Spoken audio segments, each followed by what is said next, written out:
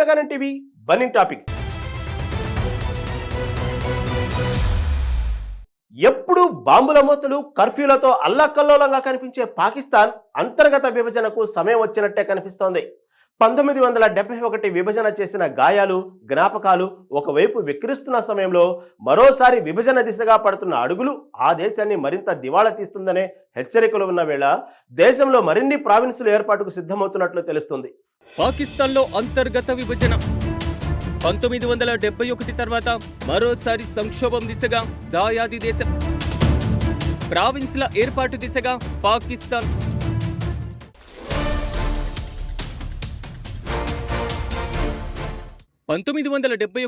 దేశ విభజనకు, ప్రస్తుతం ఆ దేశం ప్రతిపాదిస్తున్న విభజనకు చాలా తేడా ఉంది. అప్పటి తూర్పు ప్రావిన్సు ప్రాంతమైన బంగ్లాదేశ్ పెద్ద యుద్ధం చేసి ప్రత్యేకమైనటువంటి దేశంగా ఏర్పడింది. కానీ ప్రస్తుతం తమకు స్వాతంత్రం కావాలని బలూచిస్తాన్ లాంటి ప్రాంతాలు ఉద్యమిస్తున్నటువంటి సమయంలో ప్రావిన్సుల ఏర్పాటుతో చెక్ పెట్టాలనుకుంటున్న పాకిస్తాన్ నిర్ణయాన్ని అంతర్జాతీయ సంస్థలు, మేధావులు, నిపుణులు తప్పుబడుతున్నారు.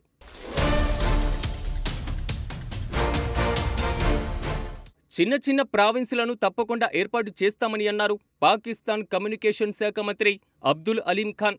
ఈ నిర్ణయం సుపరిపాలనకు తోడ్పడుతుందని భావిస్తున్నట్లుగా ఆయన తెలిపారు. అయితే పాకిస్తాన్ నిర్ణయాన్ని మేధావులు, ఎక్స్పర్ట్స్ తప్పుపడుతున్నారు. ఈ నిర్ణయం దేశాన్ని మరింత డ్యామేజ్ చేస్తుందని నిపుణులు హెచ్చరిస్తున్నారు. దశాబ్దాల కాలంగా దేశంలో మరిన్ని ప్రావిన్సుల ఏర్పాటుపైన చర్చ నడుస్తూనే ఉంది.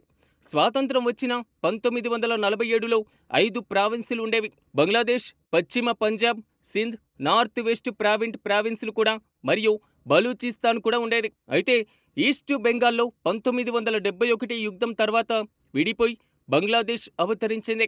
వెస్ట్ పంజాబ్గా మారింది. NWFP ఖైబర్ పఖ్తూన్ఖ్వాను మార్చేసింది. సింధు, బలూచిస్తాన్లు ఎలాంటి మార్పు లేకుండా కొనసాగుతున్నాయి.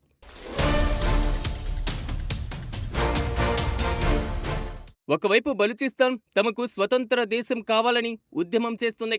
ఒకప్పటి శాంతియుత ఉద్యమం చాలా రోజులుగా హింసాత్మక మార్గంలో సాగుతుంది. అటు ఖైబర్ పఖ్తూన్ఖ్వాలో కూడా ఇదే హింసాత్మక ఉద్యమాలు కొనసాగుతున్నాయి. ఈ పరిస్థితుల్లో ఎన్నో చర్చలు, సెమినార్లు, డిబేట్ల తర్వాత పాకిస్తాన్ను మరిన్ని ప్రావిన్సులుగా విడగొట్టాలని నిర్ణయానికి వచ్చినట్లు అబ్దుల్ అలీం ఖాన్ ప్రకటించారు. దీని ద్వారా పరిపాలన కంట్రోల్లోకి వస్తుందని ఆయన చెప్పుకొచ్చారు. పాక్ ప్రధాని Shehbaz Sharif, army field marshal Asim Munir మధ్య సాగుతున్న పరిపాలన విభజన, ఆధిపత్య పోరులో ఆ దేశంలో స్వాతంత్రం కావాలనే ప్రావిన్సుల పోరు మరింత ఉధృతంగా మారింది.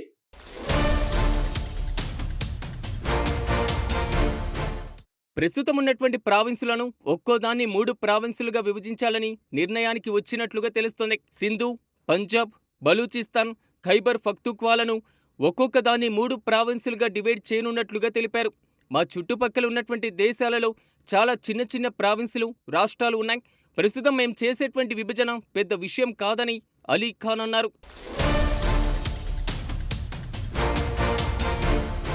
ప్రభుత్వ నిర్ణయం ఆ దేశాన్ని మరింత సంక్షోభంలోకి నెట్టివేస్తుందని రాజకీయ విశ్లేషకులు, మేధావులు అభిప్రాయపడుతున్నారు. పాకిస్తాన్ అంతర్గత సంక్షోభానికి ప్రావిన్సుల విభజన పరిష్కారం కాదని పాకిస్తాన్ మాజీ ప్రభుత్వాధికారి సయ్యద్ అఖ్తర్ అలా ఖాన్ అన్నారు.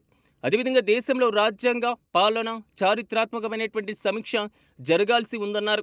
పాకిస్తాన్ ఎదుర్కొంటున్న ప్రధాన సమస్య ప్రావిన్సుల సంఖ్య కాదు, పాలనలో అంతరాలు అని తెలిపారు. బలహీనమైనటువంటి సంస్థలు, అమలు జరిగేటువంటి తీరు సరిగా లేకపోవడం, జవాబుదారీతనం లేకపోవడం దేశాన్ని దెబ్బతీశాయని చెప్పుకొచ్చారు. కేవలం ప్రావిన్సులను పెంచడం వల్ల ఈ ప్రాథమిక సమస్య పరిష్కారం కాదని హెచ్చరించారు.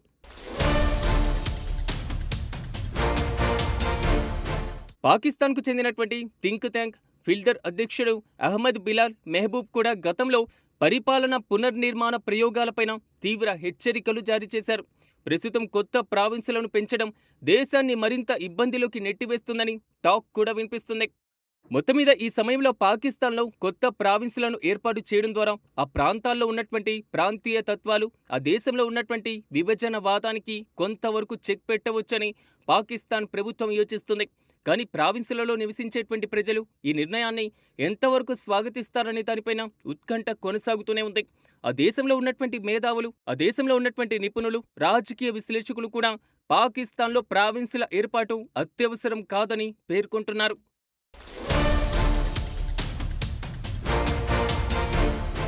పాలనంతా కేంద్రంలో కేంద్రీకృతం అవ్వడం వలన నష్టాలే తప్ప లాభాలు లేవని డాన్ పత్రికలో వ్యాసంలో పేర్కొన్నాయి.